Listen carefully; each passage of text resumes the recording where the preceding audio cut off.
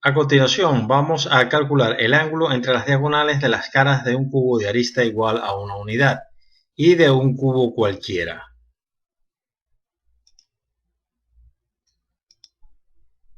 Comencemos entonces. Acá podemos observar la siguiente figura en la que hemos colocado a un cubo de arista igual a una unidad en un sistema de coordenadas cartesiano. Podemos ver que las esquinas de los cubos obviamente tienen sus coordenadas respectivas en el espacio.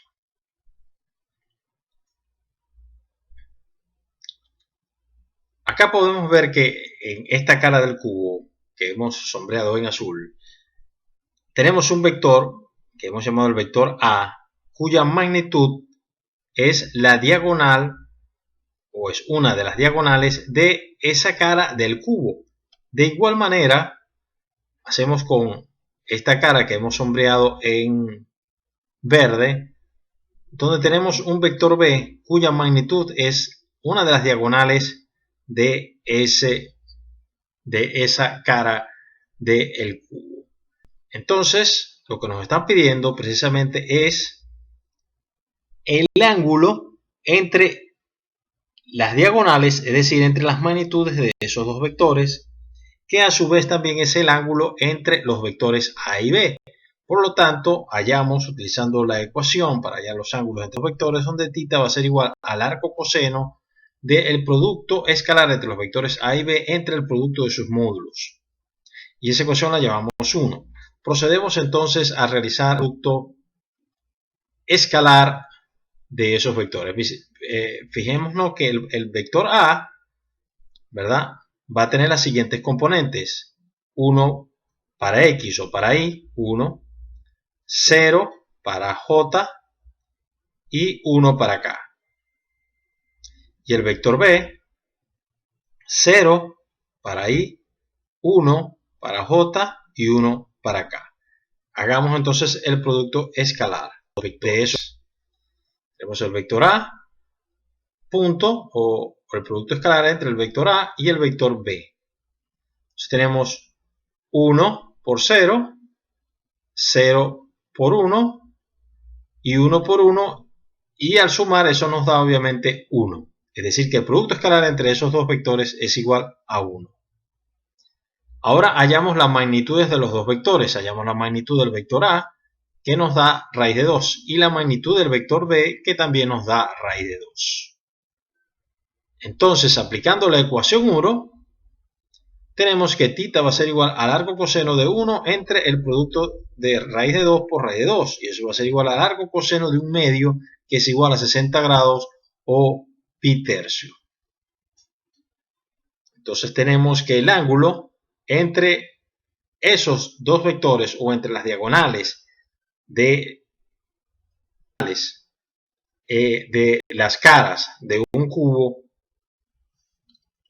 es precisamente 60. Pero veamos el problema ahora de la siguiente manera. Hallemos un vector, el vector diferencia de los dos vectores A y B. Es decir, un vector C, que va a ser igual a A menos B, cuya magnitud obviamente es C, y que es la diagonal de la cara superior del cubo. Vamos a ver entonces la figura. Fíjense que tenemos acá el vector A, el vector B, y esto que está acá es la diferencia, el vector C. Entonces el vector C va a ser igual a A menos B, va a ser igual a I menos J más 0K. Y la magnitud va a ser igual a la raíz de 2. La magnitud del vector C. Como podemos ver, los tres vectores A, B y C y sus magnitudes formarán un triángulo de lados iguales, es decir, un triángulo equilátero, que lo podemos observar acá. Un triángulo equilátero. Porque todas sus magnitudes son iguales, es decir, que esta diagonal es igual a esta y va a ser igual a esta, obviamente. Entonces tenemos un triángulo equilátero. Por lo tanto, sus ángulos tienen que ser igual a 60 grados, ya que la suma de los interna de todo triángulo tiene que ser igual a 180 grados. Entonces, cada ángulo que está acá, interno, va a valer 60 grados. Ahora, este resultado es un resultado particular, pero vamos a generalizar, y que lo podemos hacer muy fácilmente, vamos a generalizar para un cubo cualquiera.